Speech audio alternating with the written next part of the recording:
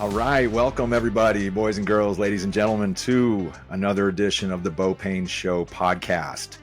I'm your host, Beau Payne, along with producer Brianna Mina. I just want to thank everybody for being a loyal listener, loyal viewer. We are doing really well. We have a great message with all of our guests to get out.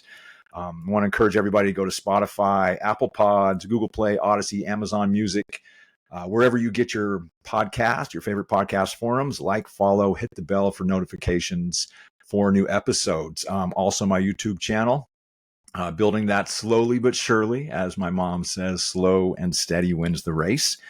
Like and subscribe. Again, that helps us get my message out and my guest message out. We have a lot of fun on this show, but underlying theme and current is recovery, sobriety, redemption, and we're trying to help as many people as we can. So, man, we've got a great guest today. I'm going to hold off on introducing him. He's a longtime friend of mine, just an absolute salt of the earth guy. Can't wait to talk to this man. But first, I want to talk to producer Brianna Miana. Tell us a little bit about your week, what's going on. I know you've been hiking, enjoying the sun down in Boise. Yeah, we actually went this morning. We did about a 2-hour hike. So it was a lot of fun, a lot of uphill, Hulse Gulch, same place. Okay. We took Charlie and he loves it. So the weather's great. Okay. Charlie the dog, everybody. Gorgeous dog. Good stuff. Okay. Real quick, tell us about your channels, and then we're going to do sports, and then we're going to get to my guest. Oh, yeah. So if you want to see kind of what I'm all about, just go ahead and Google my name, Brianna Mina, on YouTube. And also I have a true crime storytelling channel. It's called True Crime for Life. True Crime for Life. Okay. Very fitting for this show too, I guess. Some of the guests. Anyways. Okay. So everyone knows where to go find Brianna Mina and her incredible YouTube channels. All right. Let's get to sports real quick and then on to my guest. UFC 300. Okay, I know it's a couple weeks ago. We didn't do sports last week. What a card. Oh, my gosh. So I'm just going to talk about a couple fights. Max Holloway, Justin Gaethje. A lot of people thought Justin Gaethje should not have taken that fight and waited for his title shot with Islam. Although Holloway or Gaethje was the big betting favorite, usually fights at a heavier weight than Holloway. Holloway pieced him up for 5 rounds and then pointed at the middle of the ring, or the middle of the cage with 10 seconds left. They both squared off. Holloway knocked Justin Gaethje out at 4:59, 1 second left of the fight. It was just epic. So looks like we're going to have Dustin Poirier fight Islam for that title. And then Arman Tsarukyan, he almost got submitted by Charles Oliveira, but beat Oliveira. So Tsarukyan's going to get the winner of Islam. Poirier. What else? The main event of that fight, or that card, Poatan Alex Pereira, just a beast, everyone's favorite, got kicked in the stones, we'll say, and the ref went to stop it. He put his hand to the ref and said, "No, I'm good," and then proceeds to knock Jamal Hill out with a left hook and defend his world title. So an amazing card indeed. Let's get to Ryan Garcia and Devin Haney last Saturday night, a couple nights ago. Insane fight. Ryan Garcia, that kid is headed to superstardom. Knocked Devin Haney down 3 times. Actually, it was 5, but the ref didn't count 2 of them. I had it 114, 110 Garcia. Great fight. So we'll see if he fights Tank. A lot of beasts in that 147. Isaac Cruz, TC, a bunch of guys. So NHL and NBA playoffs are starting. That's exciting, especially for me. So I got the Bruins and the Celtics. Draft coming up, my pitiful New England Patriots, but I'm extremely excited. Oh, big trade in the NFL today. Zach Wilson went to the Denver Broncos. I don't know. He's a BYU guy, so a local guy. So we'll root for him, I guess. And that's about it. So that's breakdown in the world of sports in about 2 minutes. So, man, I'm going to start calling this podcast True Redemption, because all these guests, I love it when I actually have a friend of mine on, because I just know a little bit more of the background and the story. And this guest of mine is no different. So he's a friend of mine, probably, I'm guessing 12 years or so. I've been clean and sober the whole time. I know that. He's an advocate for recovery. I love people that are just absolutely just cool people and that are humble. This man and his wife are the epitome of humility. And they don't have to be, because they're just cooler than the other side of the pillow, and they've done some wonderful things. But they are very humble people. This man's a student of stoicism. He's laughing right now because I'm building him up, but it's true. I am not telling untruths, young man. My friend is an IFBB professional bodybuilder. Just a testament to hard work, discipline, eating right, lifting right, just the whole nine. He married his swole mate, as he likes to call it, or call her. She's amazing. I've got the pleasure of meeting her one time with my buddy. Let's see what else. He's just a guy I admire, man. Anthony DeHerrera. I call him Tony D. Welcome to the Beau Payne Show. How are you, man? Turn it up a little bit. Yeah, man. We have fun on this show. Can you get your volume up a little bit? Okay. Right. Yeah, we got you, man. So, Anthony, you know, I always call you Tony D. We've got an interesting story on how we met. Maybe we can get into that in a little bit of your stoicism. I'm really interested in that. I want to talk to you a little bit about my own sciatic issues. I'm not able to lift lately, and it's really been bothering me.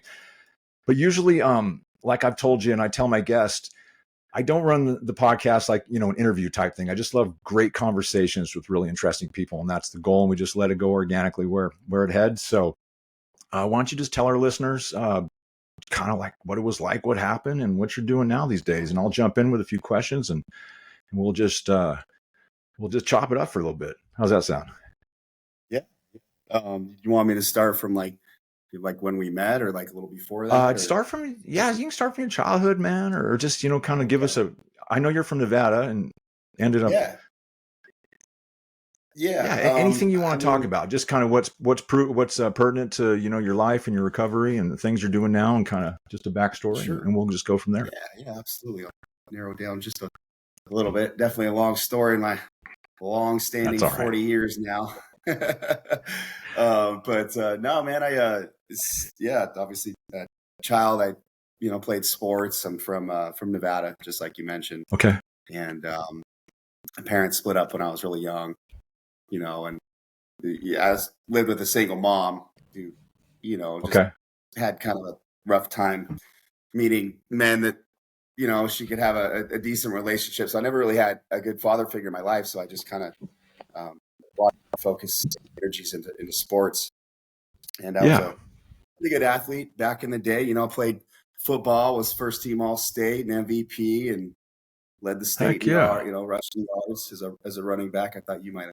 You're playing running back. I remember you telling me that. Man. I was running back. I was short, a little smaller. Probably just trucking dudes, running them over. Yeah, you had juking and everything. Jab, Heck yeah. Yep. That's awesome. I started working out. I came across some bodybuilding magazines. I just wanted to be like, Arnold and Stallone and all those action heroes that we used to follow when we were younger. And sure. So I took up bodybuilding, in my high school career. How old were you when you really took an interest to it? I was about 15. No, about 14 actually, because my wrestling coach said I was a little too I was small. I was like at the smallest weight class in 103s, and I was like 98. I can't picture you small, dog. Oh man, I was tiny, dude. I was, people call me a shrimp, and shorty. Oh man, midget. Just for context, Tony, how what do you weigh right now? I got up to about 235. Probably. Are you in between? How do you fluctuate in between competitions? Yeah, I just started prepping about 5 weeks ago, and I'm down to about 220 pounds now. So I've lost a couple pounds a week, and I usually I am going to have a show here in June 22nd, and I anticipate I'll probably weigh around like just 205, 206, just shredded to the gills, hopefully. Yeah. Will you compete in like the heaviest division, or will you compete in like? Being a professional now, there's a few different divisions. There's open division, which is like Roddy Coleman, Jay Cutler, Jay Cutler, biggest of the big, right? So they created a Dorian class. Yates. I'm not Yates. Yeah, Dorian Yates. There's no limit to how big they can get. So they created another class of like guys that are big but can't get to the 250, 260 pound weight range. Gotcha. So they created a 212 class, so it's like 212 and under. 212 pounds. And Okay. At the professional level. So typically you'll see like shorter guys, like kind of at that. Gotcha. Okay. Range. Okay. So hey, let's take it back. I kind of jumped the gun there because I get excited about hearing about your career. Let's take it back a little bit to high school and just kind of the football and did things. I know in my life things went off the rails when I was in high school, and a lot of us did. When did things kind of, I don't know, I guess I had a single mom, as a caregiver growing up. My dad was in and out of the picture, this and that, and that's when I kind of turned to drugs and alcohol and things like that. Is that kind of when you gravitated to drugs and alcohol and away from, I guess, sports that you were successful in and things like that? Yeah, I couldn't really decide what I wanted. Honestly, I'll be honest, I was a little bitter that I didn't get, that D1 colleges didn't reach out to me. Yeah. And so I had all these like D2 and D3 colleges, and I'm like, I'm better than that, and I was just like, sure, F it, I'm not gonna go play football, I'm gonna go party, and it's almost like I put bodybuilding on the back burner too, and it was basically right after. I mean, I started like drinking a little bit and smoked weed for the first time, like right after I graduated. But I remember I was in Las Vegas, of all places, and I tried a hit of ecstasy for the first time, and I was downtown, on the strip with all the lights and all the people, and I was like, this is it. This is what I've been looking for the whole time. It's that like I've arrived moment, yes. You know what I mean? Like, man, I feel it. I feel great. I'm cool. This is amazing. I'm in Vegas downtown on the strip man. Big lie. That's essentially how it started. So take it from there. So you just, how far were you living from Vegas? Did obviously stop playing sports. I went to UNLV, the college there. It didn't last much longer than a semester before I dropped out. I was working out a little bit, but I just loved partying a little bit more. Sure. It just got worse.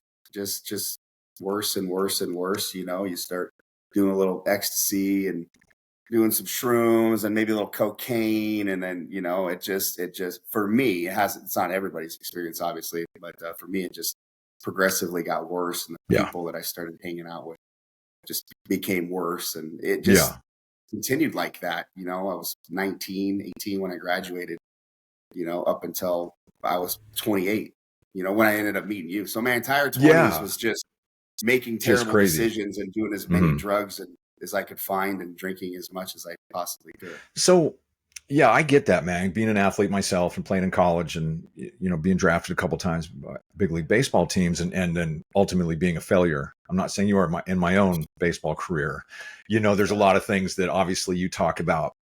I imagine you were pissed off by looking at guys probably didn't have as much talent as you did, but probably were more suited size-wise for D1 schools. You know what I mean? And just kind of like, why am I getting passed up for D1, and stuff like that. I understand that. Was there a time, Anthony, where you really felt like, let's say age 18 to 28, up until you and I met, and we'll get into how you and I met. It's an interesting story on its own, where you were just like, you just had like a talk with yourself, like, this is too much, man. I'm going crazy. This is not, this is not the life for me. Or was it just pedal to the metal, man, constantly? Yeah, I wish I had that moment, but I don't know. I was just so consumed. I mean, I knew I was making a terrible choices and it was getting worse, but I just always had this feeling, this delusion that I was just going to quit eventually. Yeah. Like maybe some girl was going to come into my life, or maybe I was going to just land this amazing job being a drug addict. Isn't that like, we hope like we win the lottery someday? Like, which that would have been terrible. Pipe dream, Yeah, I just thought that something was going to intervene, like something positive. But the only thing that intervened was the Boise Police Department. I was gonna. No kidding. No kidding. So okay. So 18 to 28. We're still in. Let's just say we're still in Nevada, correct? Or when did? So it's been just chaotic. I ended up moving here. Dropped out of UNLV. Went back home. Football hero. Ended up moving back home and working.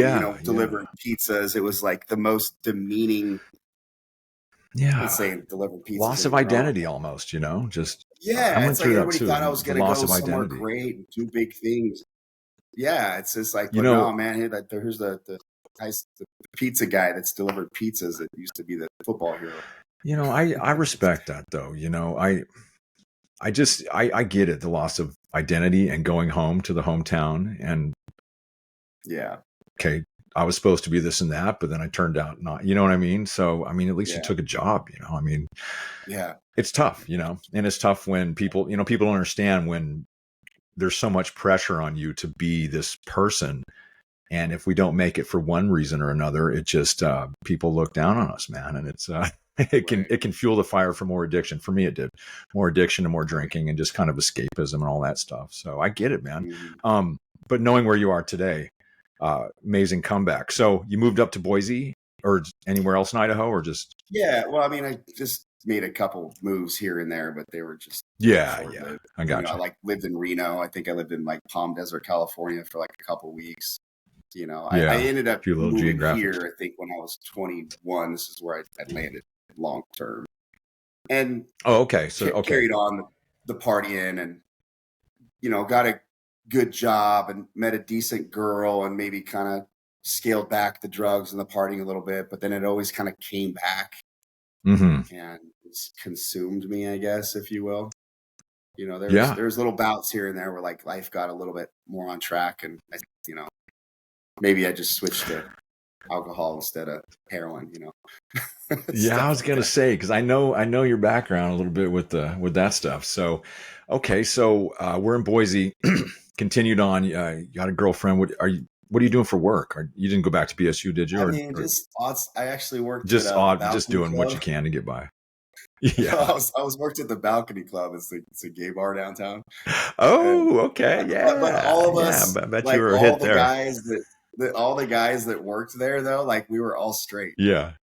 Yeah. So I know that. Yeah. I know all about the Balcony Club. Yeah. Dude, I lived in where I lived when I last saw you a few years ago. You and your wife were downtown and we ran into each other. Yeah. And I lived in the Bass Block for a few years, and I have lived in one of those high rises. Well, the mini, not a huge high rise, but yeah, right down there. So I was a stone's throw away from the balcony or the loft or whatever it was down there. So cool, man.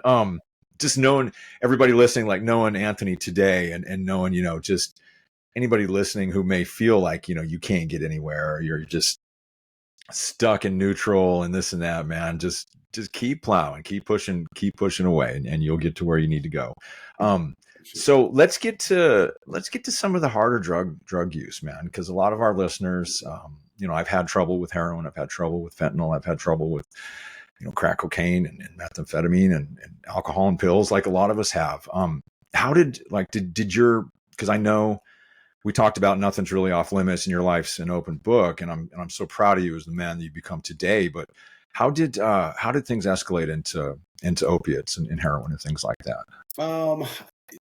Honestly, it was the bar. I just doing cocaine and just there's just such an influx of drugs that just come around in that nightlife atmosphere, and it just and you get a certain feeling from doing an Oxycontin or something like that. And you bump into somebody that's selling you Oxycontin and they got heroin. So you're like, oh, let's try that. I've heard about that. Everybody's, a lot of people in that world are just, I'll never touch that stuff. But most of the people that I hung out with always said that and did, and it just progressed. And then, when you're involved in heroin, like you find meth, it just kind of goes hand in hand.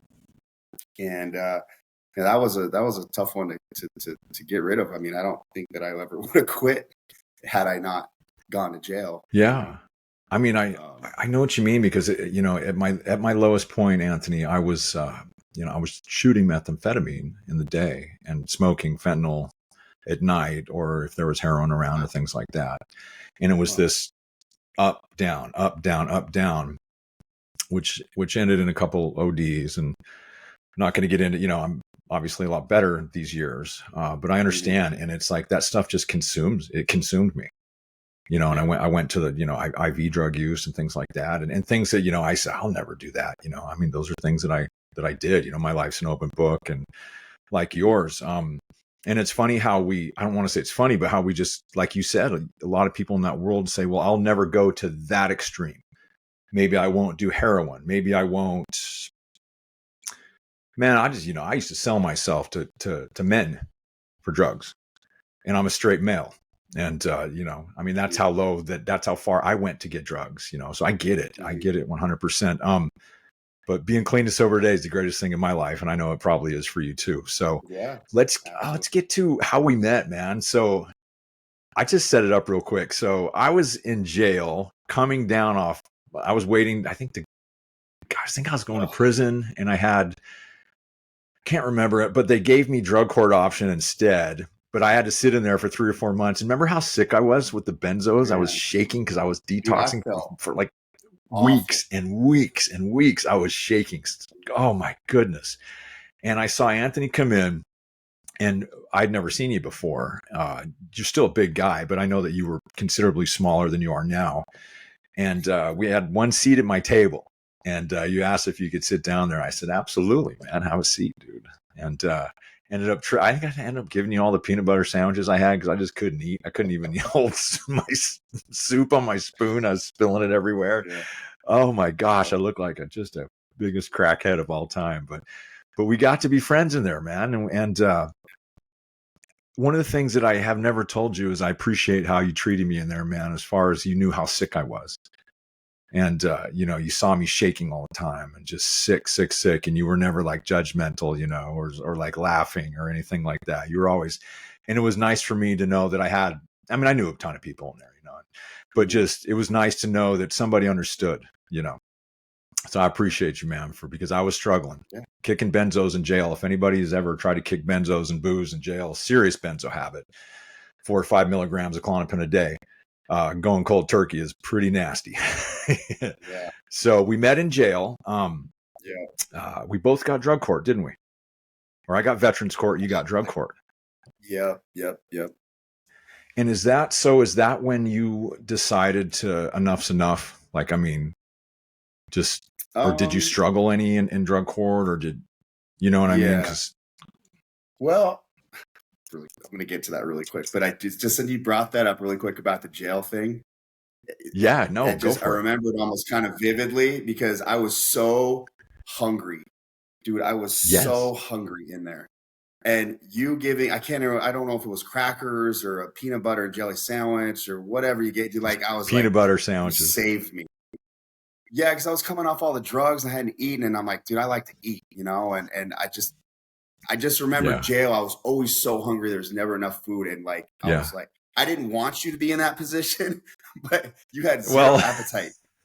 I had I couldn't eat anyway. So yeah. Well, I mean, and I came off benzos, and I know how just awful that experience was. And I could just see the tear in your eyes. And I don't know, man. So it's something I'll never forget. So it's kind of, it was, too, fed me when I was hungry, appreciate that, man. It was we helped each other out, man, But, well, definitely. But you make the best of what you got, what the hand you're dealt, and you know that.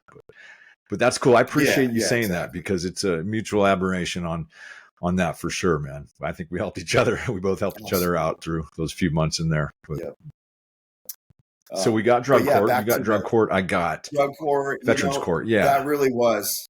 Because I went to jail the first time, and I was like, how am I going to get out? I just got caught up with the wrong people. I just started doing the wrong drugs. I was like, I'm not going to. You see all these shit sticks in jail, and you're like, man, I'm not like this, And everyone's like, oh, you'll be back. I got out, dude. I violated probation in a month, and I was already back. And that's when I saw you, and that's when I found out. Oh, okay. Yeah, it was the second time that I was in jail. And that at that point, it's funny that you know about, hey, was there a moment in life where I was like, things need to change? And drug court was that opportunity. I was like, man, this has got to be it. I need to take advantage of this opportunity. Because I hear not very many people graduate drug court, but I wanted to get better. I wanted to get well. I wanted to overcome what I was struggling in, and I felt like drug court was that way out. So yeah, I remember I was one of seeing you. Yeah, and I remember seeing you because you got out before me the second time you came in, and then I got out after, and I was still struggling with the benzos because I mean that can take years, honestly. I was getting a little bit better, and I remember seeing you, and then we talked and dapped each other. I was like, "Hey, what's up, man? I'm glad to see you." And excuse me, but one thing I remember about you is you were dead serious about turning shit around. Your life. I mean, I think as far as what I saw, I mean, I don't remember you getting in trouble. And, I didn't graduate. I did 25 months, Tony, and they sent me back to prison, and then I got out, and then I did another 46 months on top of that after, and just, it was, I took it somewhat serious, but just didn't. And I remember you just doing really, really well. And that's a testament to how many years are you now clean? 12 plus, I want to imagine. Got 11 years. Just recently, yeah. Just got 11 years. So, I mean, so did you have any trouble or okay, let me ask you this. Because the way that we get sober, you and I in our program, and I don't advocate on my show for any particular way to get sober. I think that recovery is not linear. I think there's several different ways. People who know me know that I attend 12-step meetings and stuff like that. And a big part of my life is service. I live by three things: gratitude, solution, and service. And gratitude, I've got to be grateful for the good and the bad. You know what I mean? Because I just have to. I can't be happy when things are good and then say, no, I'm not grateful for the bad things, because that, helps me appreciate the good things so much more. A solution, I've got to live in solution, how I've been taught to live on a daily basis, or I'm screwed. And that involves being of service to people, So was there a point in your life where you really kind of took your recovery to a different level? Because when I went to prison again, when I did the 46 months and got out, I remember seeing you at a meeting and you were chairing. You had that one a week, and you were just on fire, man. You were sponsoring dudes and things like, I think that was probably around, I don't know, 2020 or something, 2019, something like that. But anyways, was there a time where you just kind of took your recovery to, you felt like a different level? Yeah. Usually it kind of starts when I'm struggling with something. Yeah, definitely. Like I'll get a little comfortable, and maybe I might not work steps as hard, or be as available to service, and life will slap me in the face, and I'm just like, and the first things that I always think about, like when shit hits the fan, is my sponsor and God.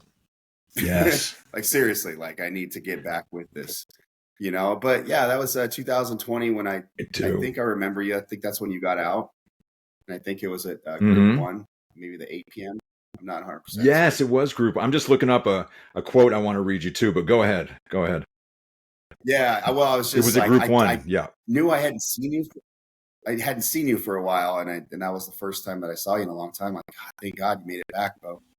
Because most people don't. Yeah, I was pretty ecstatic to see you. Yeah, I was happy to see you too, man. I was happy to see a lot of people, but to see you chairing and to see you, looking good, and you're big by then. You obviously started really being serious about. Well, I mean, you're bigger than but I'd been gone for a handful of years again. But I want to read you this quote, Tony. It's out of our literature, and this is something that I always think about, and this is what has always gotten a lot of people to go back out, and it's got me in the past to go back out. Is we are unable at certain times to bring into our consciousness with sufficient force the memory of the suffering and humiliation of even a week or a month ago. Does that, you know what I mean? That just, to me, it says everything. It's like, if someone says, here's a drink, here's a drug, and then our brains as addicts and alcoholics will say, oh, that's cool. You can do it. You can have fun. Even though like a week ago you're sitting in county jail, or you're just window tripping or losing all your money, or your kids leave you again, all this stuff. And it's just a sick, insidious disease, man. So I always think of that passage in the big book, about how we just always I have to stay vigilant about knowing where a drink or a drug is going to lead with me. You know what I mean? What does that kind of say to you as far as that passage? Absolutely. I mean, it's just like a muscle, and you stop working. Yes. It gets frail. It gets weak. It loses its strength, and just your recovery is the same thing.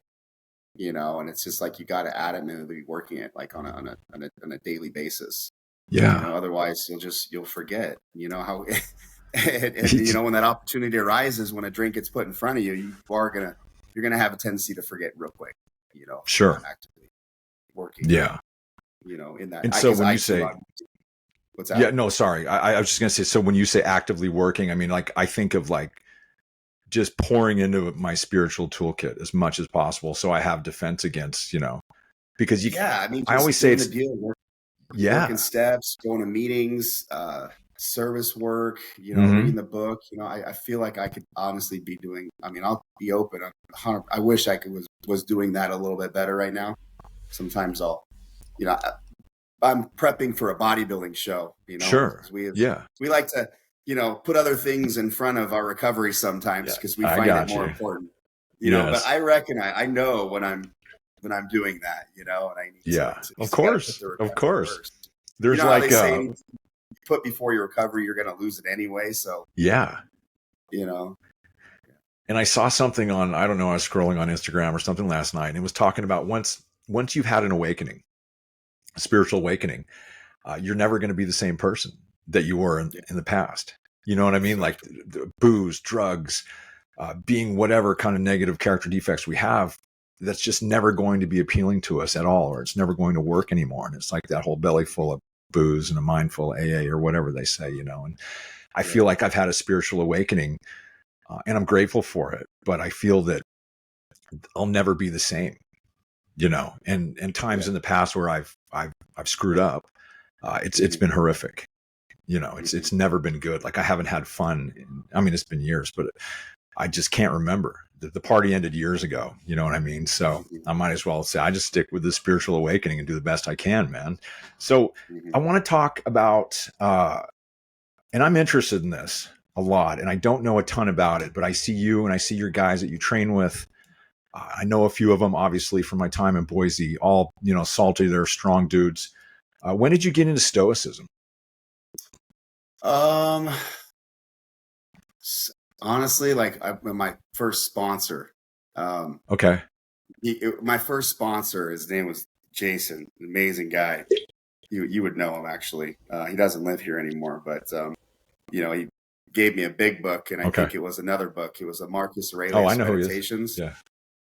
Yeah. And I was reading the big book. This is the beginning of drug court, when I was taking the bus every day from the homeless shelter, riding my bike. Like, you were down at the homeless shelter on 13th. Oh yeah, man, I did the deal, man. I didn't have no money. I had a homeless shelter, like taking the bus everywhere. It's important for it's important for my listeners to hear this, though, because where you are now, to literally living in the homeless shelter, taking the bus at 6 a.m. to go, pee in the cup, and just having a job at Carl's. Remember that, Carl? I'm not saying you did, but just anything you can do to get by, anything just to keep you out of jail, because you had to get a job so you could pay back your fines to eat. I was hungry. What a testament. Yeah, man. Sorry, I got away from that because it brought back memories of, because I was there too, and just always was trying to get rides up there. And if you're late, 20 seconds, you're getting sanctioned and thrown back in jail and all this stuff. But no, I'm serious. Let's go back to the Stoicism real quick, though. Okay. Well, I was just. He gave me a book, and that was like one of them outside of the big book. So I was just reading the big book, and I was reading these meditations at the same time. And I swear to God, outside the big book, this meditations was teaching me how to live. Yeah. Just through character, like just living a life of integrity, and I know to like normal, like to we're just going to say to everyday people, not sure. Like, that might, like, they'd be like, well, why is that so difficult? Just like living a life of value and principle. I'm like, well, you don't know where I came from. It's a big change, The opposite. Yeah. And so I was just reading his meditations, and I just felt like this man had spoke to me. And so I just got interested in it. I read the book, and then I kind of just put it on the back burner. And then I just started getting more interested in it, discovering like Ryan Holiday, who's like a current modern day Stoic.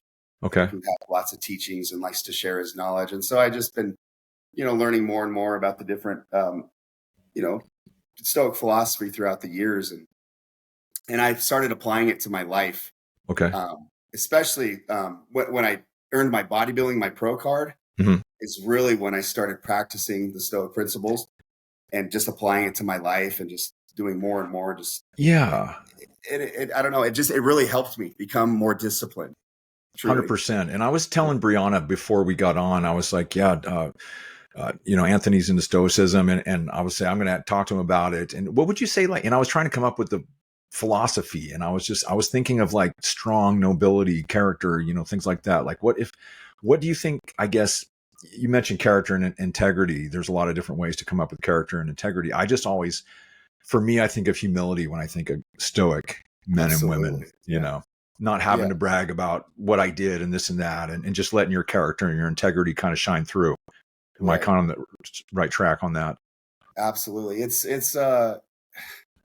I mean, you live, and I can't think of all of them off the top of my head right now, but you live a life of like the Stoic virtues, one of them being like courage. Yes. Temperance, which just means like being filtered. Justice, which is another one, doing the right thing. I can't think of the other one off the top of my head, but are they all original Roman philosophies? Are they? What's that? Are they all kind of like Roman philosophies type? Yeah, I think Stoicism was discovered like literally like back around the same time that Christianity was. I don't know if it's actually older. So you would definitely say that has helped you in your personal life and your professional careers as well, huh? Yeah, absolutely. It's just the readings, it's the teachings. One of the biggest ones. It kind of reminds me of like recovery in AA. Okay. One of them is giving up control. Huge. That's just allowing nature to unfold as is, and just be willing to accept anything.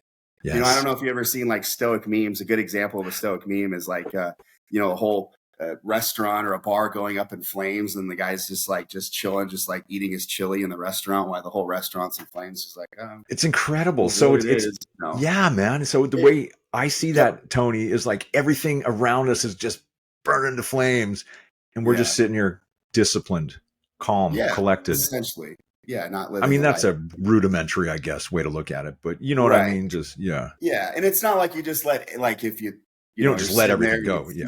Somebody rob an old lady or something, like you're not going to do anything, just allow it. Like, you would apply justice, doing the right thing. Absolutely. Which is a Stoic principle to, for me, like I would try to save that lady, for example. 100%. I mean, there's a lot to it. But reading that book, the Meditations by Marcus, I mean, it's a philosophy basically. It's a way of life. Sure. And as is recovery, like you said. As is recovery. Yeah. It's like not like you do it perfectly all the time. Like I'm not just this charming, perfect man of virtue. Yeah, gotcha. I'm just constantly trying to be better. You have to apply the principles. Like I haven't really practiced it recently, like I did like last year, for example, and so I've kind of gotten a little soft with some of these teachings, but it really has helped me, especially people that are trying to have a more disciplined lifestyle, like whether change their diets or be a better partner or just anything, work, hobbies, just across the board, across your life. Across the board, it's great for everything. Yeah. So if somebody was interested in Stoicism who's listening right now, where would you point them as a basic, like to the Marcus Aurelius Meditations? Yeah. Where could they find that? Just Google it or just... I think you could, just Amazon. Yeah. Okay. Just Google it. Go to Barnes and Noble. I mean, you could just download it off of like, I think Apple. I'm probably going to do it when we get done with this interview. I'm loving hearing you talk about it. Me, man. I struggle with discipline, man, and and just I'll get on a roll. Like I'm on a really good roll these days. I feel great, and spiritually I feel great. I'm dealing with a lot of physical stuff, sciatic stuff, and I'm I don't lift obviously like you do, but lifting is a big part of my recovery and physical fitness, and I've let it go by the wayside. Because when you lift, you can push off with everything, and every time I push off with my feet, whether I'm standing just doing curls or where I'm bench or anything, it just shoots shock waves from my ankle all the way up, to my butt, man. It's just like, it's debilitating. So I've tend to got a little loose with things. I don't know if you have any advice for me on how to lift without all that pain, but I sure miss being in the gym. If you don't mind me asking, when's the last time you went to I went about 3 weeks ago and I just couldn't. Oh. But I mean, the last time I was consistently lifting, about last summer of 2023. Oh, really? So I've lost a lot of muscle and gotten worse since then. It's well, I see the neurosurgeon on the 2nd. So in about 10 days, maybe having surgery. I'm not sure yet, but I want to get back in there and do something, whether it's just Smith machine chest, or just doing some curls or. Sometimes that's all you can do, man. Is just work around it. Just lightweight. If I had like some elbow pain, I'm like, I'm gonna do legs. I'm gonna find a way to still get in there and get active and work. Heck yeah. Kind of a tough one if you're feeling your spine all the way from your feet up. Yeah. Yeah. Maybe you could sit down and. That's what I started doing actually. So when I was doing like barbell curls, just easy bar or whatever. I would just sit down on the bench and do it, and I wouldn't have to drive off with my feet so much and just go lighter weight, a little more reps, stuff like that. Whatever you got going on. Don't become sedentary. Like you could still do. Good. Something. I just got motivated again. All right. Everyone listening, call me on it. If I'm not back in the gym by tomorrow, well, you can call me Mud. How about that? So let's get in.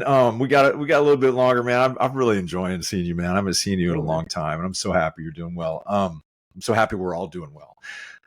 So bodybuilding, coming up. What do we got? June 22nd is this competition coming up? Yeah. So we've got what are we? We're just starting in May, so May, June. What do we got? About 6-7 weeks. A little over 8 weeks, actually. A little over 8 weeks. So will you continue to, what will be your regimen? Like, do you tone it down the closer you get, or do you like change your diet or just stuff like that? You get in the off season, you get as big as you comfortably can get. Okay. Without putting on too much body fat. Like that's like back in the days in like the 90s and 80s, the guys used to get like huge off season, put on a lot more fat. I see the dudes that were like 280, 290. Yeah. Insane. And I like Frank Zane. That was my dude, man. Dude, he's a legend. That guy. Anyway, sorry, guy, I interrupted. No, you're good. Just these days, I mean, people have a tendency to, well, at least at the professional level, to not really put on as much body fat. Just because, gotcha. It's just hard on your heart, your system, your joints. And the more body fat that you put on when you gain weight, the easier it is to accrue. Okay. You know what I mean? But if that makes perfect sense. And gain while maintaining being lean at the same time, that's the goal. Okay. Otherwise, you just get too hard on your body. So is the formula, I mean, is it just, exercise more than the carbs you put in your body or the calories you put in your body? Is it, obviously there's more science to it, but just the basic. Basic of the basic of the basic. And if everybody could grasp, this is like. Yeah, I want to hear this. It's the secret. I'm telling you. Tell me, man. Tell me. It's just being in a caloric deficit. Yes. And when I want to say that, eating less calories than your body burns. Yeah. With the right amount of foods. Okay. Like the right amount of fats, the right amount of carbs, proteins, and fats. Yep. Proteins Like too. You can't just eat 4,000 calories of fat. You have to have. So a guy like me, I'm 6'4", 220, but I'm not, like a year and a half ago when I was lifting all the time, I got lean, but I got big too, cause I was eating right, but, and I want to start getting into it again. So what, a gram of protein per pound? Minimum, huh? Okay. Minimum. Like when you said 220, I'm like, okay, boom. We know we got to get 220 grams of protein a day. Yeah. Okay. Definitely. And there's you can go online and you can just Google BMR calculator. Mm-hmm. And what that does is a little calculator where you put in your height, your weight, and your age, and it'll tell you like how many calories on average that your body burns per day. Okay. So you could go on and input all your information to say, 4,000, right? That's how much you burn per day with your activity level. Yeah. And so then you would know, okay, well, I want to eat less than that. So you'd probably eat somewhere between 3,000 and 3,500. And so the best proteins, Anthony, complete proteins, or does it matter chicken, eggs, tuna, stuff? Whole foods. Food. Okay. When I say, hopefully, they might have some vegans on the show. Yeah, no, I got you. I personally, I like whole foods. Like our cart, so when we go to the grocery store, it's full of a single ingredient. If it's chicken, it's going to be chicken. If it's rice, it's going to be rice. If it's veggies, it's veggies. So you're not getting incomplete and putting them together as am I making sense? Like, what's a good example of an incomplete protein? Like peanuts or nuts or something? I mean, well, it's just like we're eating a lot of beef, right? It's beef and like chicken. So you can go in the middle of try to avoid the middle of the grocery store. Okay, like, that's where most of the garbage is. You want to shop on the outskirts, sure. But you can go through and like you'll see a bag of potato chips, right? Okay, and these have these like marketing tactics where they put on the potato chip bag high in protein. Okay. On potato chips. Okay, yeah. You know, and so you got the middle-aged housewife soccer mom like, oh, I want to get some more protein in my diet, and she sees that, and it's like that's not the way to go. Sorry, I had an ambulance beeping in my ear. Shut the window. No, I hear you. I hear you exactly. Yeah. So anyone listening, just a lot of eggs, a lot of chicken, a lot of ground beef, a lot of steak, eat like a human being. Eat like a human being, man. Yeah. You want rich, wholesome, nutrient-dense foods like red meat, chicken, eggs. Okay. And what to stay away from? Like, what do you think? Like bread, sugar, soda. I mean, just for not somebody like you, professional, but just somebody like me who's going to try to start lifting and get in shape again and things like that. I mean, you really want to stay away from anything that's processed. Like if you look at a box and it's got like, a dozen things in that you can't even pronounce, that's probably a bad sign. That means processed. Yeah. You know what I mean? You want to eat the whole foods. I mean, yogurt's like, think yogurt. Okay, that's more natural. That has multiple ingredients. That's probably good, right? Cottage cheese. Okay. Like, some milk. Okay. Stuff like that. Yeah. Just common sense stuff. I mean, really. Yeah. It's I think people like to really overcomplicate it, and it just becomes confusing. And so people just give up and just eat what's easy. Man. So let's we got about 10 minutes or so. And I want to ask you a couple softball questions when we wrap it up. But I want to talk a little bit about the competition coming up. So you're in the 212 and under is what we're saying. So how many competitions have you been in? And what do you go into them expecting to? Do they do like first win play show or that kind of stuff? Or second? It's a little different at the. So like in 2021, I won my pro card. I remember. Was that in Oregon?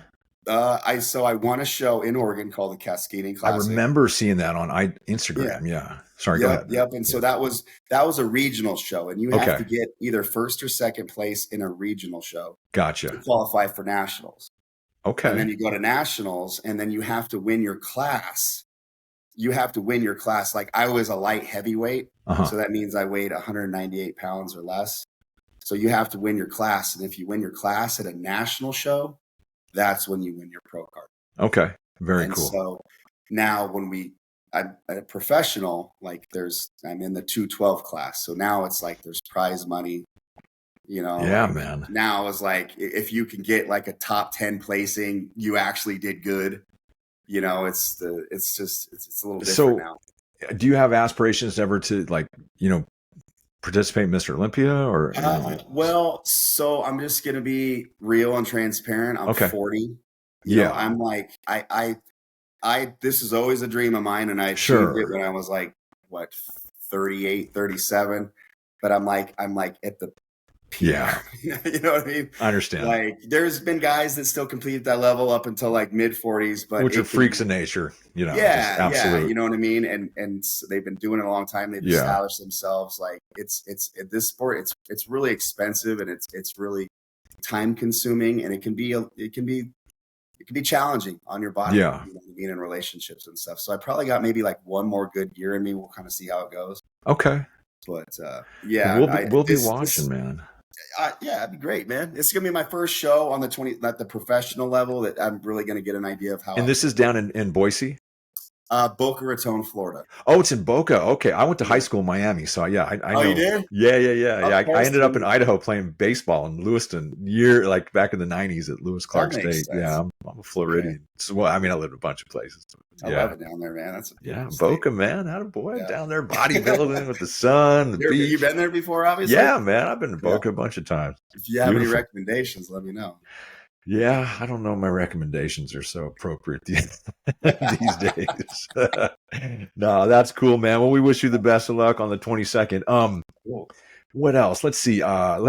want to wrap this up with one more little serious question, then head into a couple softball ones, and we'll call it good. So, my show is about, I love people like Brianna.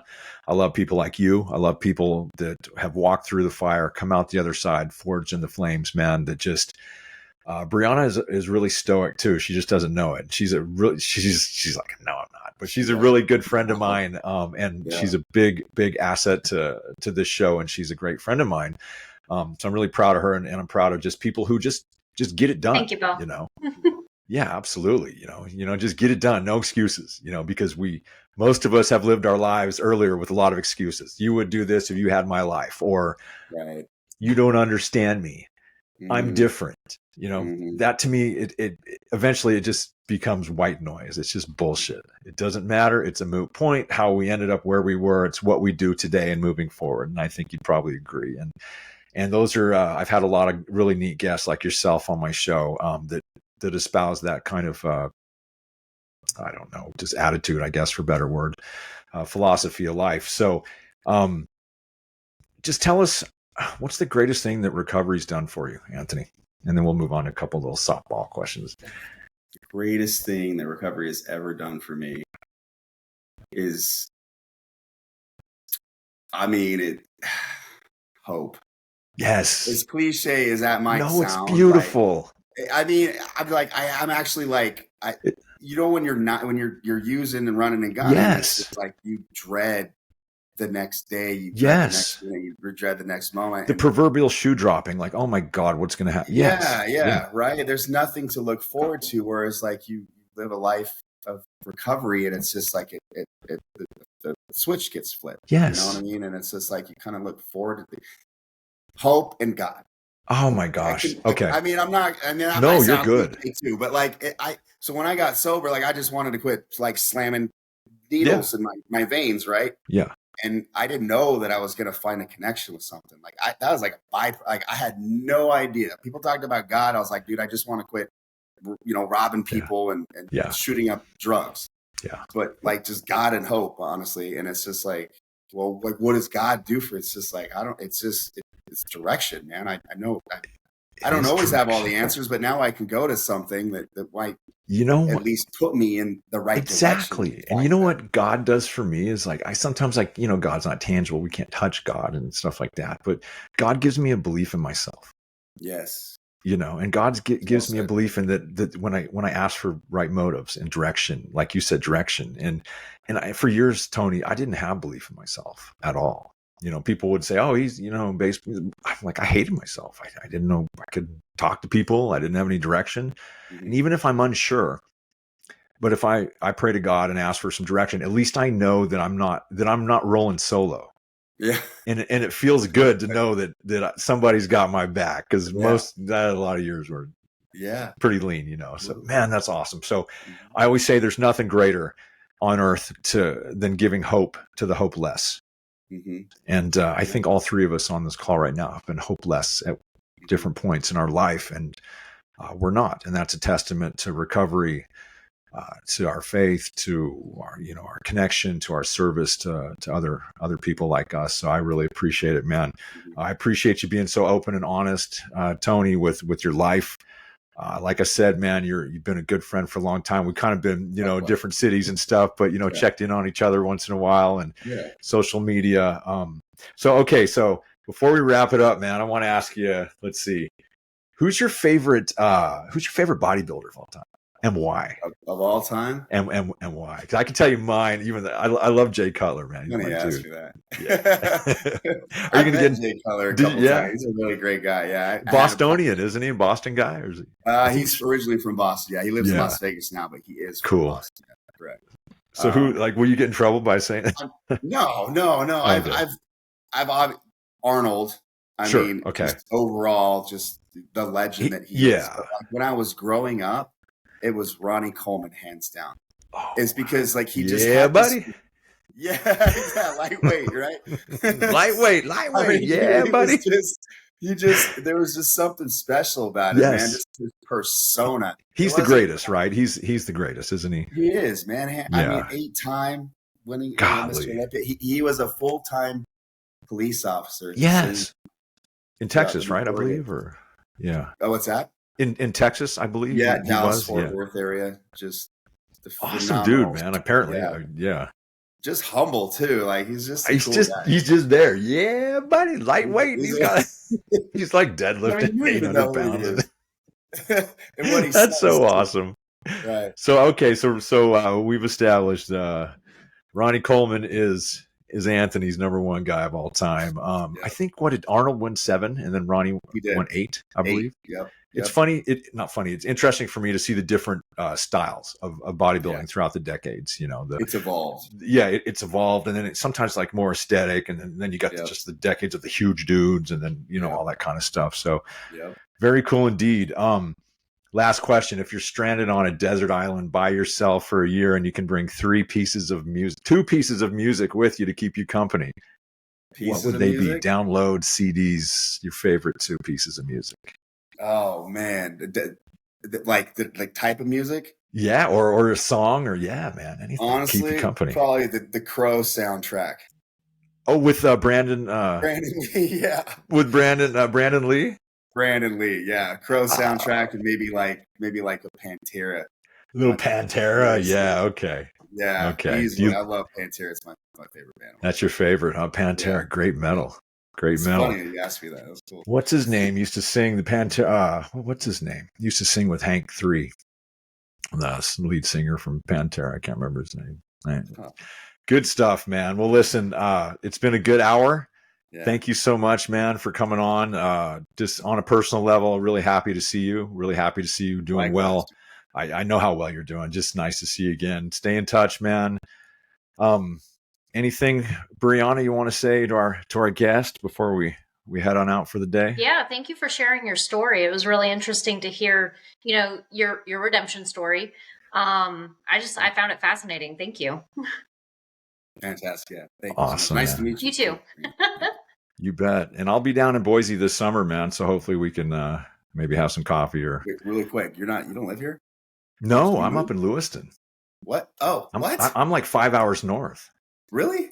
Yeah, I was I went to Texas, and then I came back to where my daughter lives up here. Oh, okay. Right I haven't been to. Well, I come down to Boise to do some speaking engagements sometimes. Please, you must have your schedule online, maybe, right? I mean, you come back here, I would imagine, at some point. Yeah, I'll be back. I think July is when I'll be back. So don't see that. Okay. Yeah, man. Yeah, it'll be good. It'll be good. So. All right, everybody, that is another fantastic hour or so. I can't tell you how appreciative I am, Anthony DeHerrera, for coming on. Just what an inspirational guy, stoic, humble, successful, true redemption. So until then, we have another great guest next week. Stay tuned. Until then, live your very, very, very best life. And I am out.